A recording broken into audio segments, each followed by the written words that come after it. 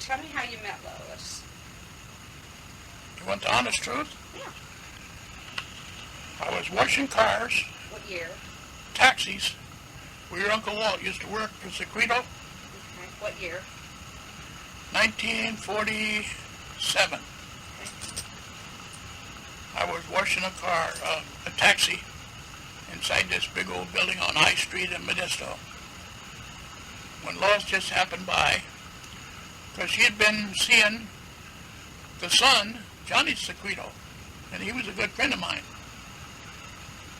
And she just walked in there one day with her flowered skirt on, and God, she was beautiful. Prettiest thing I ever seen. I fell in love. And so I asked her out, and consequently I took her away from Johnny. How old were you? We were about 17, maybe a little older. And she was a junior in high school, and I was a junior. And she graduated about 3 months ahead of me, because she was smart. But she had a job, and she went to every day, and I had a job I went to every day, and we seen each other every night. Every night. We went a lot of places together, did a lot of things. Our favorite place was Friday night at the Starlight Drive-In when we got the plates. Of course, I went to 2 or 3 old cars, and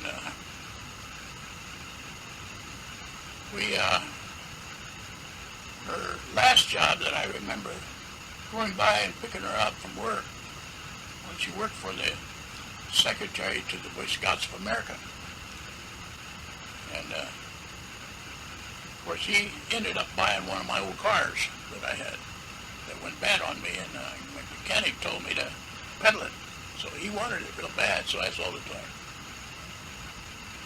And every Sunday, I was working at a Greek restaurant, washing dishes. I made $8 for a 12-hour shift. And I made the payments on my new car I bought. It was a 1934 Studebaker, 4-door sedan with suicide doors. And it was a pretty nice car. Lois and I went everywhere in that car. That'd be perfect. And sometimes we'd pick up her father in San Francisco on his job and bring him home. And man, we'd be up all night. What was his job? He was a plaster, hard carrier, hod carrier they called him. So he carried the mud, made the mud, carried it up the ladders to the plasters, or brickwork layers, whatever. Hard work. He was a strong man, very strong, over 6 foot tall, hard as nails. Carried a bottle of wine in his lunch pail every day. I never seen him sober his whole life that I knew him. So, you said you met her when you were washing cars. Yeah. Did you know any of the other family before that? No, I met them afterwards. Well, you see, they lived over on, at that time that I met her, they were living on Spruce Street, an old colonial-style house on a corner. Modesto? Yeah, about 3 blocks from the high school. And of course, I'd go over there at night, and your Grandpa Jess and Grandma, it was a 2-story house. They'd be there, you know. Norm would be there, and Harold, and Dick, and Bobby, and Jim. Jim was, he's a few years younger than Lois and I. But we used to howl together. And at that time, Harold would leave for a week, sometimes 2 weeks, before he'd come home again. Where'd he go? He went to work. So Sometimes they'd travel out of town, you know. And Of course, Norma had a boyfriend. You're serious? Yeah. His name was McNutt. McNutt. And he used to drive up about a block from the house and park in a little old Plymouth coupe. And she'd look out the window and see him, and quick as it got dark, she'd go down there and meet him, and they'd go out, do things, whatever, you know. And that was really something, really something. Then they moved from that place to Ceres, where Harold would come home more often, and Harold got Dick interested in some rabbits, and Bobby, and they had rabbits, boy, I tell you, it was running out their ears. And that's when Dick got his first car. It was a 1930 Model A Ford Coupe. Oh, he was proud of that car. Bobby, he was about 15 years old, maybe 14 then. And I was still in the service. Were you married by this time? Oh yeah, I was married before I went overseas. So how long did you date Lois before you married? Oh, a year and a half. And where did you get married? How did you propose? Well, I proposed to her in Modesto. I went down to the local jewelry store and bought her an engagement ring, a real small diamond, which I still have. And I think it was $10 down and $2 a week. Yeah, that's the way it was in those days. And we went to an Italian restaurant there on Coast Landing Road out of Modesto for a nice Italian dinner. And while we were sitting there, I asked her if she'd like to get married. And she said, well, not right away, you know. So I said, okay. How far was this into your relationship? Oh, probably a year. And the funny part about it was I asked the waiter, I says, have you got any dessert? Oh, yeah, we got apple pie. I says, have you got any ice cream? No, we don't need ice cream. We've got a cheese. So I said, okay. So he brought me out a piece of apple pie with a big slice of cheese on it. And it was good. Now, why did Lois say why? She wanted to wait a while? Yeah, she wanted to wait a little while. Well, did she say why? She wanted to get out of school. Oh, because she was still in high school. Yeah. Okay, yeah. And she graduated in June of 1949. And I graduated in 1950. But I should have graduated in 1949, but I lacked 2 credits, having enough to graduate. So I had to go an extra 3 months to get those 2 credits. And so when did you get married? What's the date? We got married on March 3rd, 1950. Now, when my mother and father came to the valley in 47, well, actually they came here early days, but they left in 1940 and went to Modesto. And there we lived for 9 years. But in 47, my father came down here and bought my grandfather out of the glass business, his half of the glass business, and that's where it became Smith and Wardrup, because my uncle was Smith and my father. All right? Lois lived at my mother and father's house all the time I was in the service, because we got married on a Friday night, and we shipped out. I shipped out for Korea the following Tuesday. Best honeymoon we ever had. Not one argument. Where did you get married at? In Yuma, Greta Green Chapel. Was any of the family there? No. Helen's, my girlfriend, brother, JT, and his wife were at my wedding. And they lived here in town at that time. And they were close friends. Yeah. So tell me some of the personality characteristics of Lois. Well, she was a very private sort of girl. She loved antiques, and she loved her Hummel dolls. Because every travel we went, anywhere we went, she always found a way to buy a couple, you know. especially if the price is right. Well, it's an investment, too. She knew that. We went to Oklahoma one time, or Arkansas, and we stopped off at a little antique store right there in Roswell, New Mexico, which is no longer there. It burned down. But that's where she bought the piano. And we had it shipped home. And at that time, why, Helen's brother was a dispatcher for Thompson Truck Lines, and he brought it out and set it in the house for her. How much time did you spend in Modesto before you... I was there 9 years. But leaving... But my father and mother left there in 47. Tell me about when my grandfather died again. Well, I wasn't around when he died, so I can't tell you. But you said you made the funeral arrangements and that kind of thing. Well, no, I didn't make... Oh, you mean Harold? Yeah. Oh, yeah. Tell me about that again. Well, he died in I believe, around the 1st of December. No, December 24th. Okay, December 24th of 1952. Because I had a 10-day leave. And I went to San Francisco where they were living. And, of course, Lois and I were already married then, but we were married 7 years before our first child come along. I got some pictures of her. God, she hated me for that picture I took of her like that.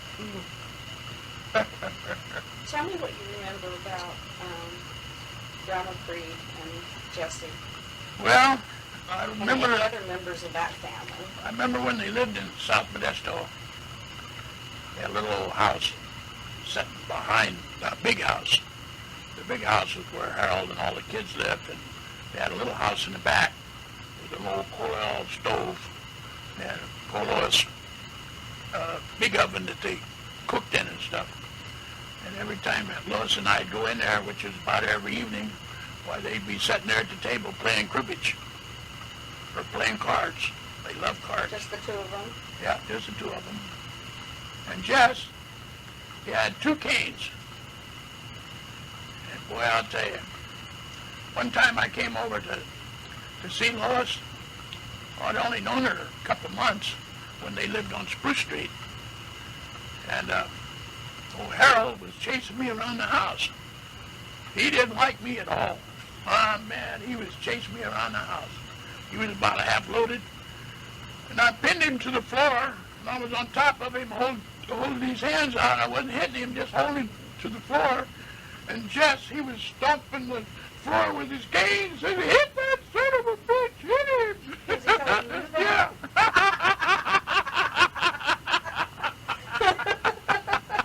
Oh, he was a pistol. What are some personality traits you remember about him? Because I never knew my grandfather. Well, Never knew I anything. only knew him for a short while. But, What about Grandma Creed? well, I knew her for a long time. Long time. She was a very quiet lady. Didn't have much to say. Very quiet. Even when we used to go to Redwood City to visit, you know, the kids were all small. Why, Walt, he had the front room upstairs in the corner. And there was another bedroom next to that, another one over there, another one across the hall. And it was quite a house on the Roosevelt. Yeah, I remember that house. Yeah. Well, There was a lot of bedrooms down in the back. Garage was built into a big playroom, garage. He had a good business going. yeah. Good. He made a lot of money. But he drank it up, too. Yeah. Oh, yeah. Yeah. I remember him when he was driving a taxi for Secretos at the Modesto Cab Company, Yellow Cab Company. And, of course, Johnny Secreto, the son, why, he drove a taxi once in a while, too. And then his uncle was a brother to the owner. He drove one. His name was Chuck. Chuck had a 1945 Harley Davidson. And Johnny could borrow it once in a while, and him and I'd get on it and ride it to Merced to a movie or something and come back. That was fun.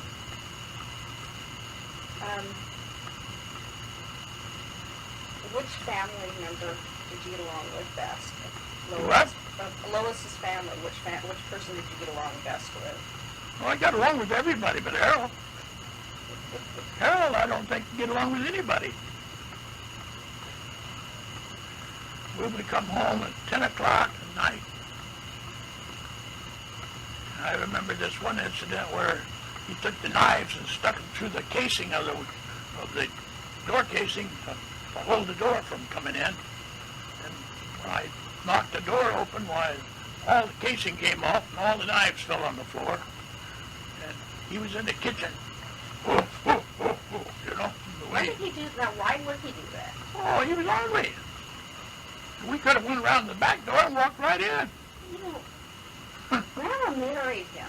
What do you think she must? What in the world did she see in him that at first that other people maybe didn't see? I don't know, but I know one thing. All the time that he was in the house, she was in bed. Norma was. I don't think she ever got out of bed the whole weekend he was home. I really don't. I've very seldom seen her out of bed. Even after he passed away, why, things changed a little bit because she moved in with Uncle Sonny up there at the Fleischhacker estate. They had a house there that was furnished by Sonny, or where Sonny lived, and she took care of Sonny and Buzz, and all of them worked up there, you know. For a long time. Yeah. Different places. And, boy, she could cook the best beans you ever eat. I know. Oh, boy. I got to get that recipe so it's passed on to the family. I don't know where you're going to get it. I think my mom's got it. I don't think so. No, my mom can cook some good beans. Yeah, but not like she did. It's true. Or Amy. Amy cooks still them good. cooks the good beans. I know. I called That's her up. Yeah. I called Aunt Amy up about a week before I left here to go through. And I said, don't forget to have the beans ready. She says, I'll have them ready. In fact, they're on the pot right now, just getting ready to put on the stove. Well, when I got there, they were ready, but she wasn't there. She was gone with Linda someplace. Richard was there, and him and Sue, and they were sitting down at the table eating a big bowl of beans. So I had some too. Yeah, the beans. Definitely seems to be a But family you know, thing. Uncle Bill was actually the recipe maker on those beans. Him and Amy would get to cooking and arguing in the kitchen and cussing, but they got the job done. Did you ever meet Gladys or any of those No. people? I met Uncle Bill's brother Harry. No, I meant Gladys Creed. No. So, after you and Lois got married, what did you do for 7 years without kids? Did I what? What did you do for 7 years without kids? Oh, we traveled, worked, bought a house, had it converted to a Calvet loan. Payments was $38 a month for 30 years. Oh, my word. Yeah. And built onto the house 3 times. And finally, the last time I built on was this part here. And I told Lois, I said, well, I'm through building on this house. I got to do another thing to it for 20 years. Well, when the 20 years is up, she started complaining things was falling apart. So she went out and bought some brand new doors. One door for the front door, a door for the back door, and they're still in the garage. Never been touched. Yeah. Well, tell me about your life with Lois. I mean, It was beautiful. She It was. She Very nice. It was beautiful even up until the time.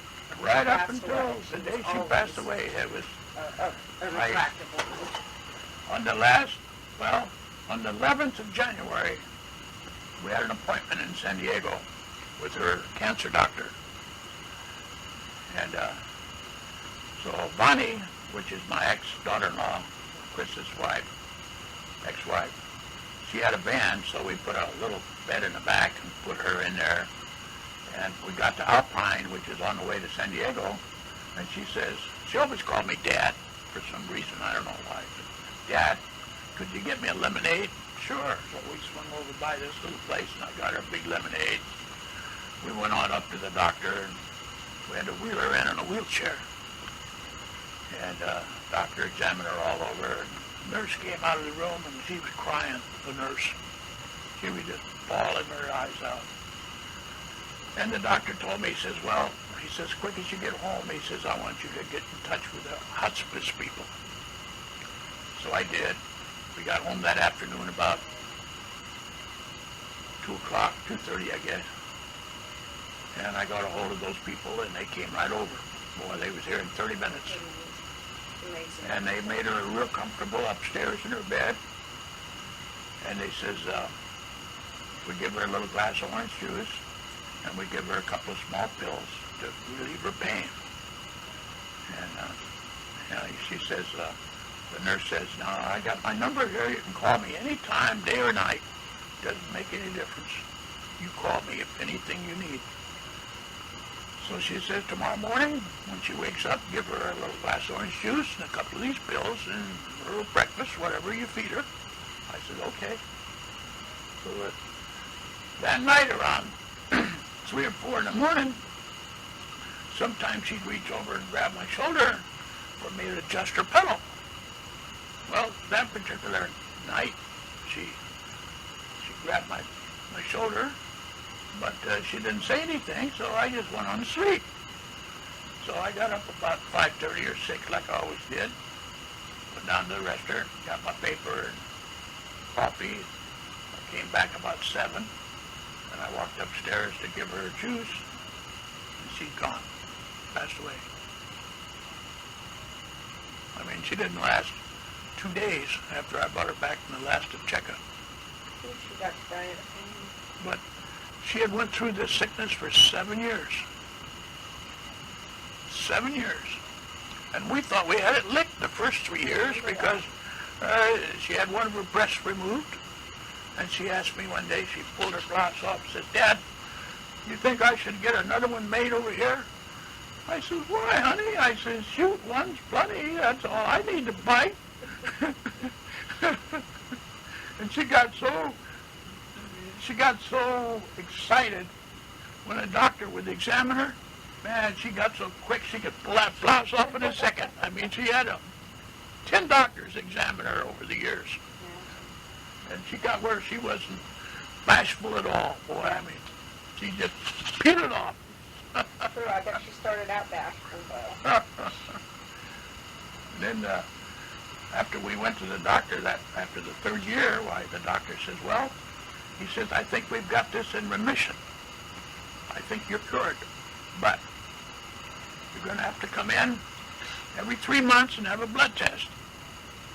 So on the 2nd blood test, 6 months later, it showed up again next to her lung. So then we had to go downtown San Diego to the big hospital, the USCD hospital, SD, and they performed a bronchoscopy on her. That's where you go down the throat. Well, they sprayed some stuff in the nose, because they go through the nose down, and they couldn't get it through. And then finally, after a little while, they got it through. And they found the area, and they took a biopsy. And then, of course, we went back again, and they had to do it again. But this time, she went cold turkey. And it went right in. No problem. Then we had to go downstairs to a radiation doctor, a Japanese guy.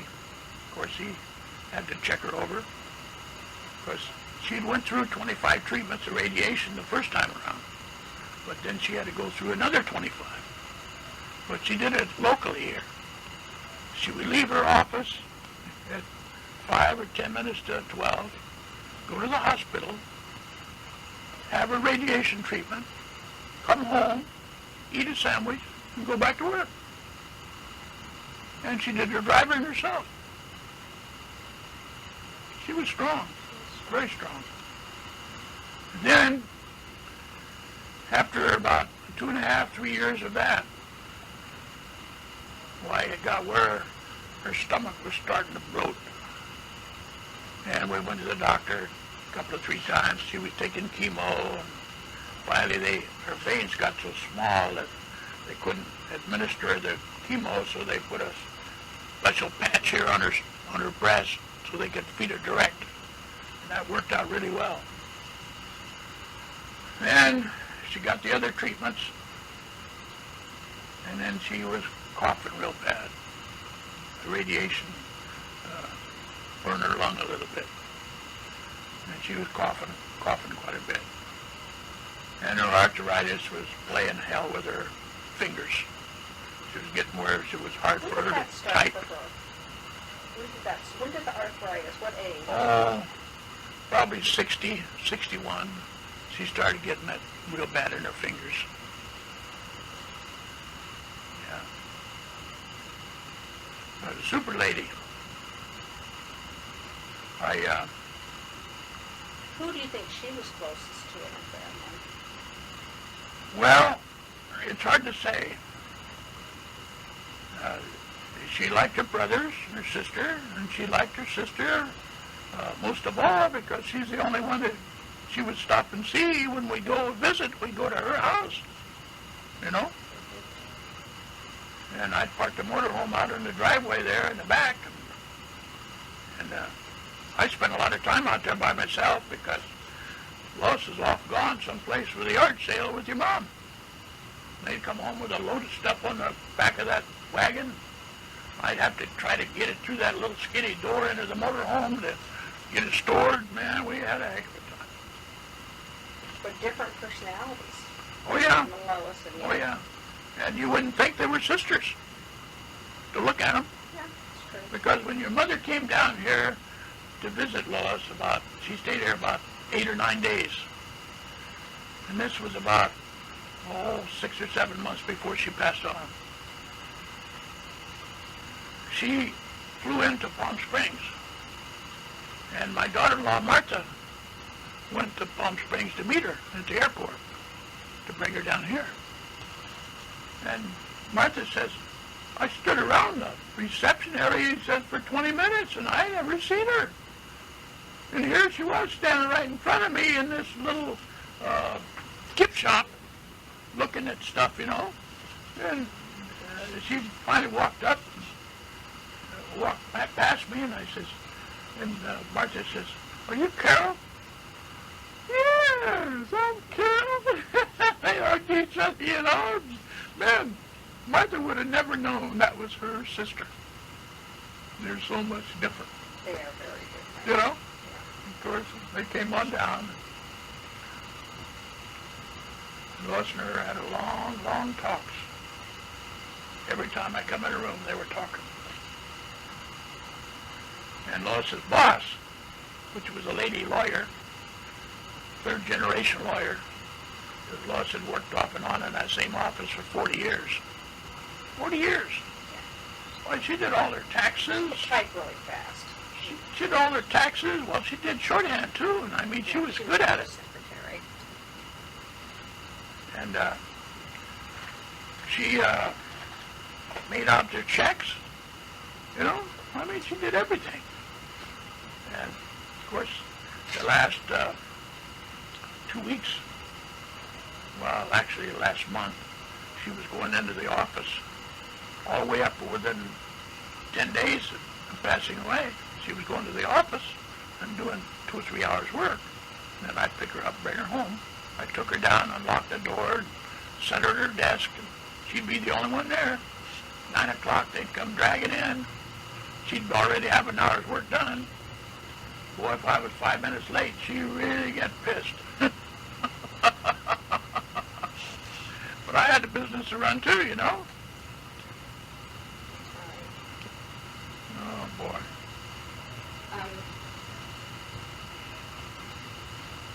So tell me about when Chris was born.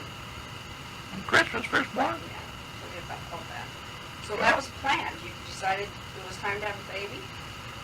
Well, I I don't know. I think we slipped up. But she had it planned. And she had it dated right down to practically the last day of birth. And she was born to have babies. Because when she went to the hospital, 30 minutes later the baby was here. My mom was like that too. 30 minutes. Yeah. But My mom was the same way. she couldn't help on the delivery. And the doctor did all the work, and that's all there was to it. But Chris was 8.5 pounds. He was a big baby. And so was Tom. He was a big baby. Tom was born 5 years later.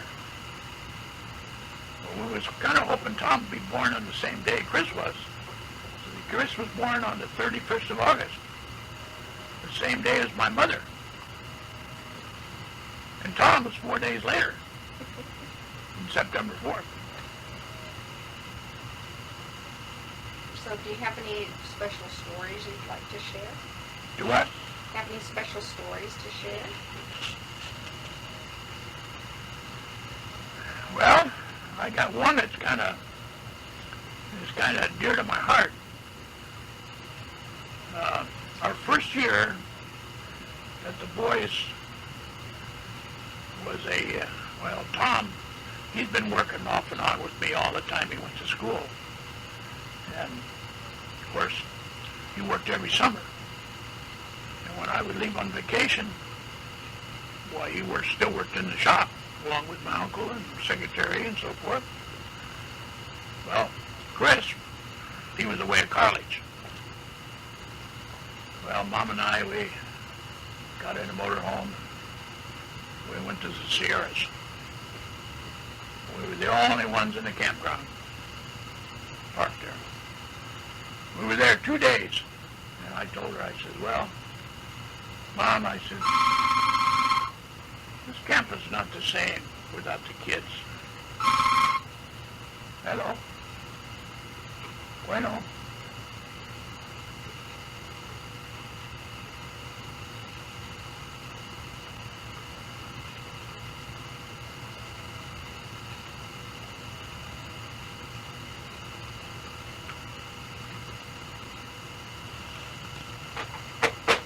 Bill Collector. But anyway, we parked the motorhome. I got it all set up. I was going to go fishing because she didn't ever fish. She liked to sit on the side of the bank, on a blanket, sun herself a little bit, read a book, and watch me.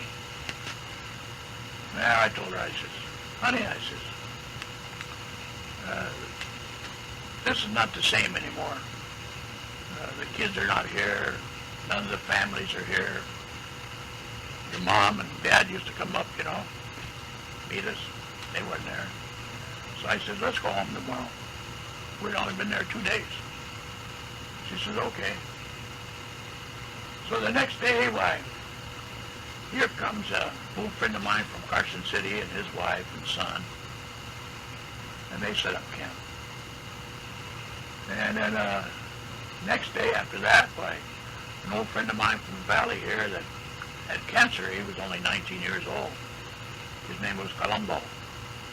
Because he had one bad eye. He looked just like old Colombo on TV. We called him Colombo. He went to school with Tom and Chris. They all played football together. But anyway,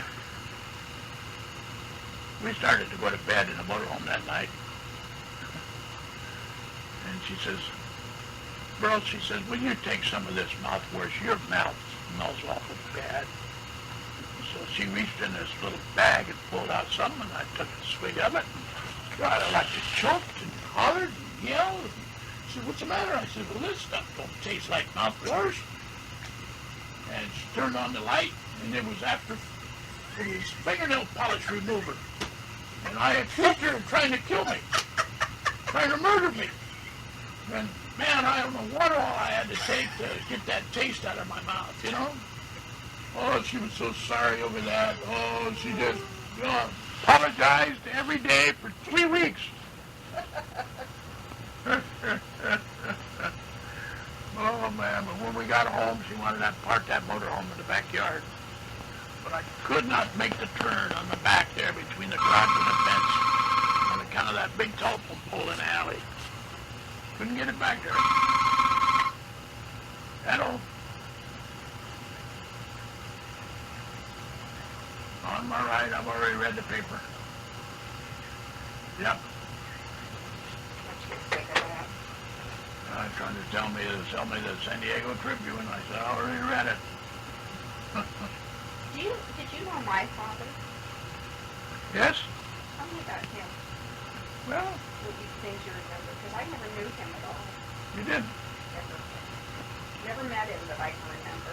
Well, I first met him when your mother and him first got married. They lived up in San Francisco. And Lois and I don't know what year they got married. It must have been about It was 53, 50? 51. She was pregnant with Mike, and Mike was born in 50. Well, it could have been 51 because Lois had a real bad cold, and your mother had taken her to a doctor up there in San Francisco, and they gave her a shot in the No, I'm breast. sorry, Mike was born in 53. So, Well, it must have been after I came out of the service, because I came out in September 53, and we went right up there. And I only met him, I met him that night, and then I met him again, I believe after he got out of jail the first time. He went to work for Uncle Walt. what was your impression of him?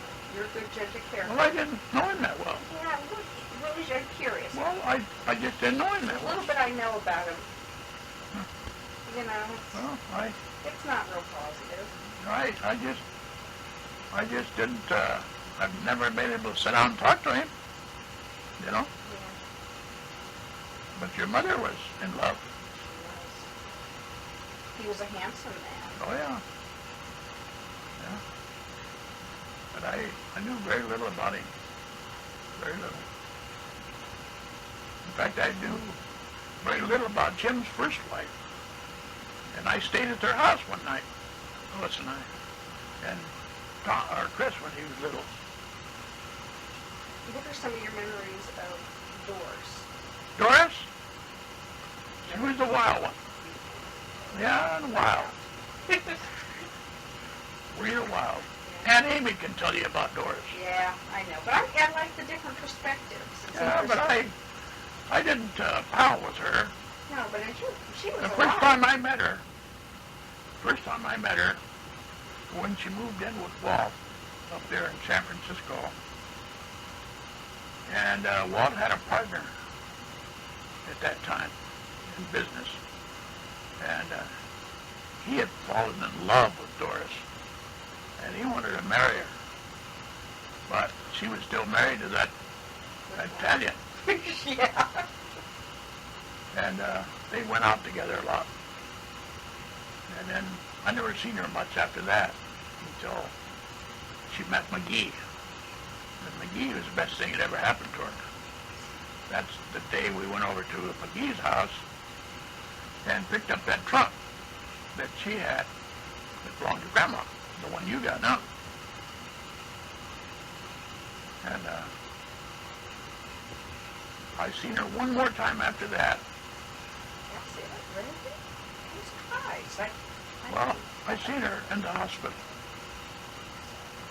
and she was about 2 weeks from dying, and she turned completely yellow from that cancer. I saw that too. That's why I'm glad. And I only met her son 2 times my whole life, Yeah, I don't know him at all. Jimmy Hall. Because you see, her first husband became a multi-millionaire. So what about? I mean, I'm surprised. I would have thought you would have known all of them better. So what about Sonny? Did you know him better? Well, Sonny, the only time I ever seen Sonny was either sitting at the bar, drinking beer, or working up there at the Fleischacker Estate that time. We went up there to stay with him about a week. And he took me all around the grounds up there. He said the old man's about 65 years old, the only one left of the estate at that time. And he said he only comes up here probably once every couple of years. Now I know that name, Fleischacker. Well, that's the zoo. Okay, that's it. All right. I knew They there owned was the a- San Francisco Zoo. Okay, I knew the name. Fleischacker Estate was up above Woodside there. They had 25 acres up in I there. know. And My they had, mom. I tried to go up and look at that when I went back to California a couple of years ago. There was an armed guard. oh I yeah, couldn't even get up there. yeah, they got. See, the first house is a quarter of a mile from the main gate. Yeah, I know. I wanted to go up, but there was a guy up there with a Yeah. gun. Yeah, yeah.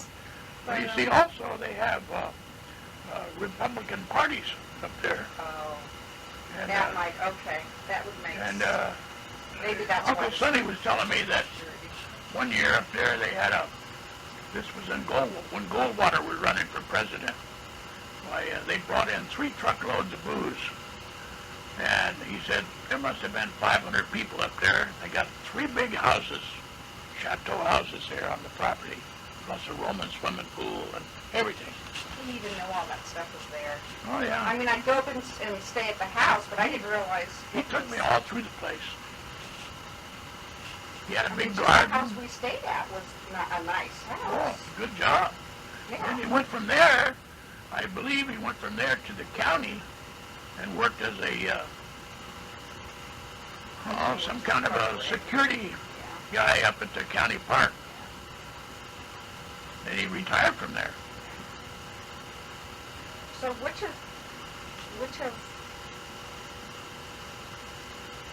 which of your mother-in-law's siblings did you know the best? Probably Amy, I guess. Well, I first met Aunt Amy when they lived in Garden Grove. At the house. Yeah, and this was about 1955. Because Lois and I used to go up there and stay with them a couple of days. And that's when Uncle Bill was still working for the gas company, Standard Oil. Because him and I went up one night to his favorite spot to get his gas. He had a pump up on the side of the hill, and he got that raw gas out of it. Bring back 12-gallon drums. He had in the back of his car. He burned their gas. An old Ford he drove. And he had these big drums set up in the back of the house where he kept the gas. The pump. And at that time I had pigeons. At that time. And I brought some pigeons up for the boys. That's when little Stevie was little. And Richard was baby. And Linda was a wild son of a gun. Of course, Tommy and Steve. Yeah, Amy ended up having the biggest family. And I think 1955 or 56 is when Pat was having trouble with her husband. And in fact, he was a real asshole. We sat down at night, played a game of AAA cards, and he got so mad that he got up the table and left. He was ornery. Okay, what about, I missed a sibling. I would imagine maybe Kenny would have been the next one you would have known the best. Because he traveled. Kenny? Yeah. Kenny, he traveled quite a bit with Aunt Amy and Uncle Bill. Mm-hmm. And in fact, I only went to his house one time up there in San Francisco. He just retired, never owned a car, never had a driver's license. He walked a block and a half, got on the trolley, went to work, came back, got off the same way. His wife walked 3 blocks around the corner to the post office. Both of In them, the city, it's common Yeah, people right, rent cars right. in areas like that. they lived about a block from the Acme beer distributor. And his house was the first stop they made on their deliveries. They dropped off 4 cases of beer every week.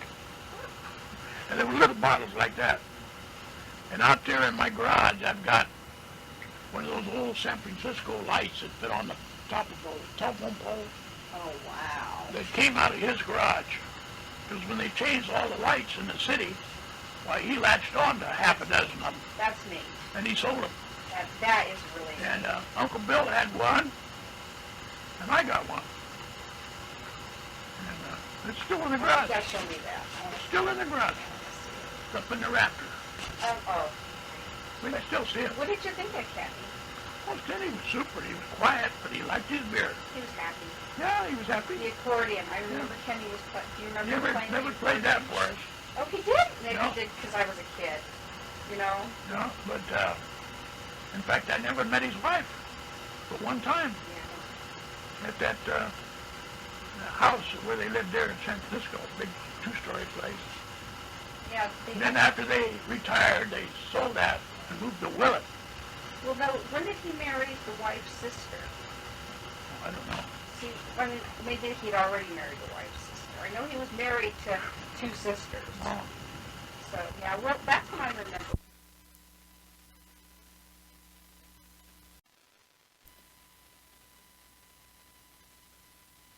Vacations. I didn't know that. Kind of an unconventional marriage, I think. So yeah, I remember Uncle Kenny a lot because I was with Grandma all the Well, time. you see, Uncle Kenny used to come down here with Bill and Amy. They made more visits here than Norma did. Than anybody. Norma only come here 2 times in her whole life. 2 times. And she had old Buzz with her. I don't think Grandma Norma And Jim only came here once in his whole life. He's been gone, though. He's been far away for a long time. Yeah, but he only come here once in his whole life. And your mother has only been here probably 3 or 4 times. 3 times, I've been here 4 times. maybe 4. This is my 4th time. And Chris, he was a character. Yeah, he was a good man when he wasn't drinking. Yeah. Yeah. Oh, he had more DUIs than a person would have in a lifetime, you know? So what are some, do you remember me at all when I was little? Yeah, I remember you were a little curly-haired kid about this big, sitting at the table eating with Grandma What do you on remember? Roosevelt Street. Tell me some things you remember. Well, that's it. the only thing I can remember. Yeah. You mean you don't remember me as like Lois's favorite niece? No. No. I always felt No, more of a kinship. I with didn't Lois. see you again until one time Lois and I went up to your mother's house, and you and Patty was there. And you was real busy going someplace, Yeah, I'm sure it was. but No time for family then. I didn't see you again after that, probably for 10 years. Yeah, I would guess it was probably about the time maybe you guys came to Utah. Yeah, That's my guess. yeah. Or, well, I don't know, we may have seen each other here and there at Amy's. Because I've been to Amy's. 'Cause you was awful busy. Huh? You were awful busy, Yeah. and you were skinny. I know. Yeah, I know. I lost 65 pounds, I noticed that. I saw that. but you got to get sick to do it. Yeah. I need to get sick, I guess. They got this new medicine out now. It's $153 for 30-day supply, guaranteed. It's not really good. I always felt a special kinship with Lois because she didn't drink. And she was one of the few members of the family that went to church. You know, so I Yeah. felt like her and Well, and you Pat know, were kind of the only Dick. ones. Dick was probably my favorite brother-in-law. So I don't remember him at all. He was a super young man, hard worker, That's so. hard worker. Yeah, I wish I had known. I knew Bobby the best. Obviously, I know. Yeah. I mean, Lois, I knew the very best. But I mean, as far as Jim, I've spoken to Jim a couple times recently, and we email, and so I'm getting to know him a little bit. And, Yeah, I talked to him here not too long ago. I got his number here. I like him. I mean, even if he's not a family member, I like him. Lois and I, He's likable. when we'd go to Redwood City, we did. When Norma was living up there off of Woodside, he was home. In fact, he came home from Vietnam for a year. Just before the year was up, he went back to the Army. He lost one stripe, but he got to a year's liberty. I don't know what any of that means. Well, you can take a year liberty, but if you show up a day early, you lose a stripe, and then he got the stripe back in 6 months. He retired as a master sergeant. And I don't know how much money he gets a month, not very much, probably $600-700, that's all you get. I know my friend Potts that I was in the service with. We went through boot camp together. We went to Korea together. They split us up. They put him in the 1st Battalion, 5th Marines. They put me in the 3rd Battalion. We didn't see each other for about 2 months. He came through the line one day and he says, he's on his way back to his unit. He said, I've been in the med station down Busan. I said, what happened? He said, I got hit the first week on the line. He said, I went back there. I've been back there recuperating. Well, I didn't see him or hear from him for 37 years. 37 years. Okay, called me up one night here on a Wednesday evening about 7:30. And Lois at that time was going to college, taking some kind of course out there for work. She was already gone.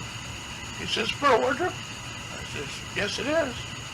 He says, you know who this is? I says, give me a minute. Yes, I do. He said, who is it? I said, this is Chicken Shit Potts. And it was. Man, he come on blue. He told me he got hit a second time. And he went home. And he shipped over. He stayed 21 years. Retired in 1971. He said, I went to Vietnam twice. He said, I got 3 Purple Hearts. He said, I got hit again in Vietnam. And he says, I went down to my hometown in Ponca City, Oklahoma, opened up a little garage service station, did pretty good for about 6 years, built me a new house. Banker came out one day, says, Potts, you don't cut out this credit, it's going to kill you. He said, if I'd have listened to him, he said, I'd probably still be in business today, but he said, I didn't listen, had to file Chapter 11, came to California. By the way, he says, name one of my sons after you. His name's Burl Potts. I said, that's great. No, he said, he's a mean bastard. He said, my other son's a policeman in Oceanside. But he says, Burl, I sent him to college. And he said, he's a pilot for United. He flies to Hong Kong twice a month. He's a son of a bee. Did you ever meet him? Huh? Have you ever met him? Yeah, I met him. So, that weekend they called me while he was in San Marcos, up by San Diego. Mm-hmm. And he says, when I came to California, I had to get a job. Because all my money that I got from the service went into my bank account in Ponca City to clear my name. Because he says, I got 7 brothers and sisters back there. So he says, so him and his wife was living in a trailer park up there in San Marcos. Lois and I, every time we went to the doctor over in San Diego, we swung by their house. We'd have dinner with them or go out with them or whatever. And then his wife passed away with cancer. She passed away before Lois did.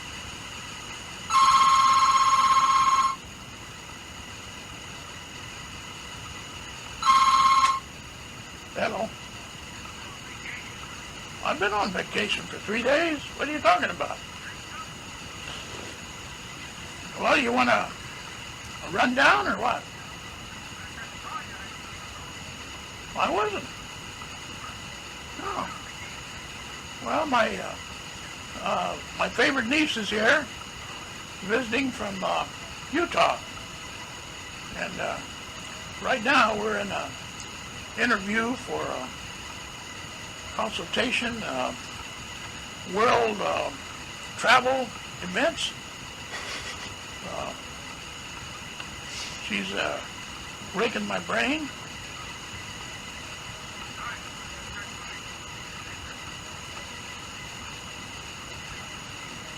Well, I'm doing all right. I've been out to the kennel already this morning and dropped off a load of bread. And I went out and picked up a sack of concrete. I've been digging that hole down there at Helen's house for putting that flagpole up. Her birthday is going to be Saturday. And so I'm within 6 inches of having the hole deep enough now. Well, I got everything made. Everything's all made.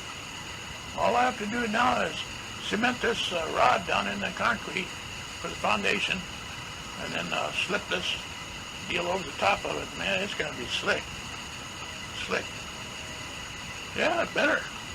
It's got a really nice shiny ball on top, you know. I got it from IV Hardware. Oh, it's a float off the toilet. It's a brass ball. Yeah.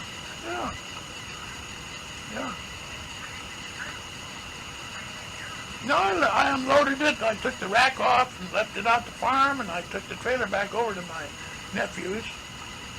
He had to use it for a little bit. I'll haul a bunch of stuff out of his house to the dump, and so I let him park it in front. All right. Yeah.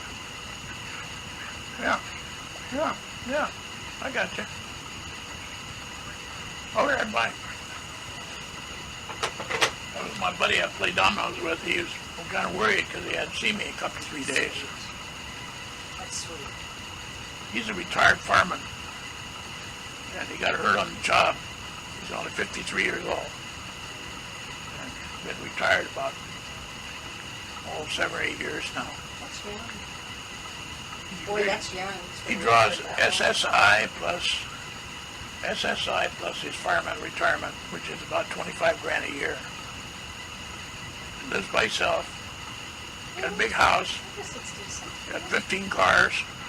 He's got 1 car he's restoring. He's got 8 dogs.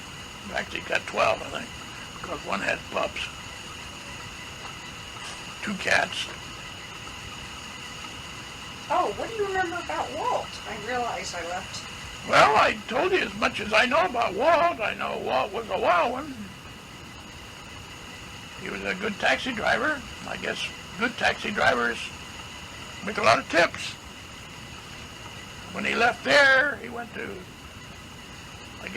Redwood City or Sunnyvale or someplace, and fell in with this old boy that cleaned stores and stuff, and started a business. Put his apprenticeship, so to speak, in it. And all the kids worked for him. Shit. Bobby, Jim, Yeah. Jack, everybody. He built a good business. Yeah. Financially, Yeah. he built a good business. Sure did. Because one year, Lois and I went up there. He had he had a 56 or 57 Oldsmobile convertible. We all piled in that and went into the ice valleys in San Francisco. Yeah, that was fun times. Well, that was the first suit I ever wore. Lois had bought me a corduroy suit. It was nice. In fact, I gave it to one of my sons when they needed a suit for something or whatever it was. I'd give it to them. How did Lois feel about her grandkids? About what? Her granddaughters and son. Oh, she loved them. Oh, yeah. Tell me a little bit about how she was as a grandma. Oh, she was great as grandma. All year long, she bought little things for them. You know? When it come Christmas time, our tree was a little loaded. I mean, she went overboard. And of course, all the grandkids, his 2 sons and wives and everybody come here for Christmas dinner. And, on the morning of Christmas, one of the granddaughters would read the Bible. And then we would open the presents. And by that time, Lois would have everything pretty well cooked a day or two before, because she'd always take off a couple of days before Christmas, and maybe a week before Christmas, and do all her cooking and baking. Candy, a lot. Oh, she made everything. In fact, she'd make up little boxes of stuff, and I had to deliver it for her all over town. The year I was here for Christmas, I remember that. Oh, she could bake, really cook. And she did everything on her own. Did by scratch, a lot of it. She had a lot of cookbooks. See, with a pistol. Well, is there anything else you can think of that?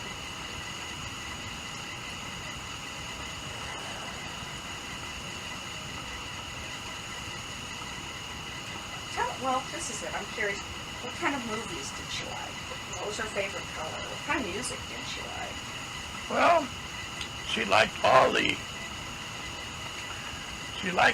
the classics with Frank Sinatra, Dean Martin, and one of her favorites was that colored boy that she went to school with at Mission High in San Francisco, Johnny Mathis.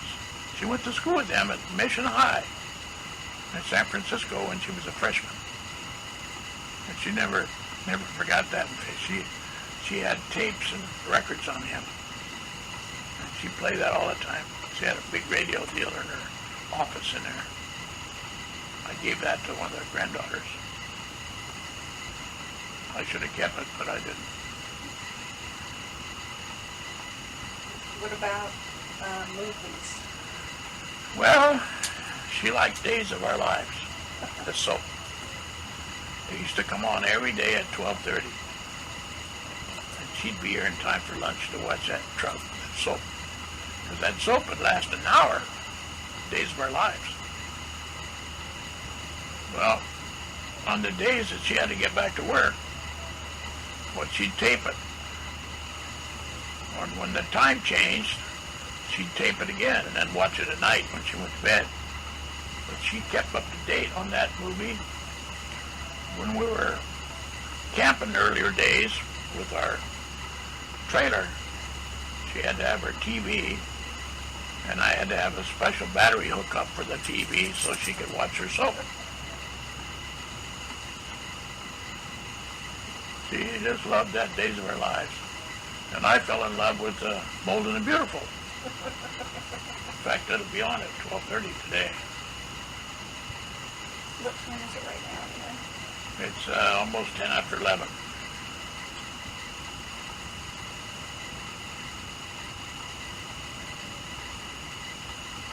Well, when are we going over to Helen's? Well, we could go. We could go pretty soon.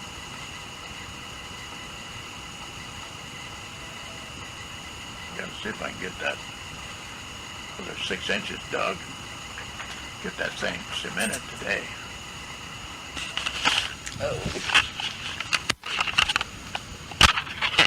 See, we were downtown at a little Mexican restaurant eating one evening about 6:30, right after she got off work. She said, Dad, let's go down to the car lot and look at the Buicks. I said, okay. So we went down there and we were walking all around the place. She's getting in and out of these little cars, little Buick Regals, Buick Century, and Roadmaster, and Skylark. No, she didn't like any of those. They're too little. What year was this? This was 91. And she says, well, she says, let's go. So we started to walk away, and this little Mexican salesman walked up. He says, hey, he says, you see anything you like? He says, I've got one over here we've had on the lot for 2 years. We haven't been able to sell it. We knocked $6,000 off the glass price, and we still can't sell it. Come over and look at it. So we went over and looked at it. It was backed in behind a bunch of other cars. He said, I'll get it out in the morning, and you can take it for a drive. So we came over that afternoon, next day, and it was sitting outside. We took it for a spin. He said, make a bid on it. So she said, okay. So We took it out for a ride. We'd gone about 30, 40 minutes. She rode in the back seat. She rode in the front seat. She drove it. She just loved it. Came back. The old boy says, "What's your bid?" She says, "How about 18.5? He says, "How about 19.5? She said, "Sold." She went into the office, wrote him a check out of her own personal account for $20,630, tax and license out the door, and drove that thing home. And she just loved that car. She went out there every Saturday morning and washed it. I mean, she had her special little kit. She washed it and cleaned it up and everything. Come back in, house sweaty, go in and take a shower, come back out, get in her car and go shopping. What happened to that car? I let my son use it and daughter-in-law when they were still together. And then after they split up, why, I kept it here for a while. And then I gave it to my granddaughter when she graduated from high school, but she never could get her driver's license. So I told Chris, I said, sell it. Why couldn't she get her driver's license? She couldn't pass. Well, anyway, she's 19 years old, and she's got a learner permit now, but that's all. But anyway, I had him sell it and put the money in her college fund. That's what he did. He got about $2,000 for it. But it got good gas mileage. It was a four-door, all power, good color. It was a nice car. It's an 89 Park Avenue Ultra. Top of the line. Cars. Yeah. It sold for $31,500 new. I've looked at those. Those are It nice. took $6,000 off of it. Couldn't sell it. And then they finally sold it to her for $19,500. Yeah, I bet that's a good car today. Whoever's got that car, I bet, is still driving that. They're still driving it. Yeah. Well, it's just like when we bought in '73, we bought a brand new Blazer. Brand new. And we're going to use it to pull our little house trailer we had. We have a little 17-foot house trailer. And man, we didn't get out of town 20 miles when that thing just whipped all over the road over 45 miles an hour. So we went 1,300 miles at 45 miles an hour. Oh my goodness. And I was just terrible on my back, giving me so much strain. And I got back home, I put that thing in front of the shop, put a sign on it for sale. And I sold it for $100 more than I paid for it. So then we went out here to a trailer park. We heard about this old colored boy that had a 1972 Cadillac Coupe de Ville. He bought it new, and he'd been making payments on it. He wanted $350 and take over the payments. The payments was 90 some odd dollars a month, and they think he owed $600 and some dollars on it. And we give him $350 and took over the payments and paid it off. And we drove that car for 10 years, trouble-free. We pulled every trailer else we ever had with it. It was a beautiful car. And I sold it to a Mexican for $1,000 after we drove it 10 years, and he's still driving it. And he drives it to work every day from Mexico, back and forth.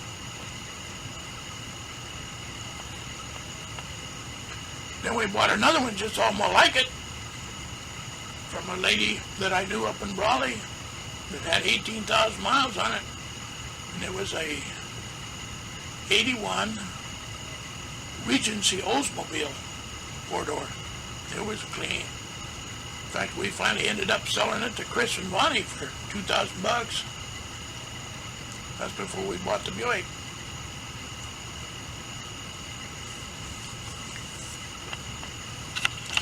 Okay, interview's over. Oh, thank you. What is today? Today is Tuesday. Today is the Sep- 30th, I think. Of September 2003. El Centro, Imperial County, California. Burl Wardrup, interviewed by Christine Frawley Hill.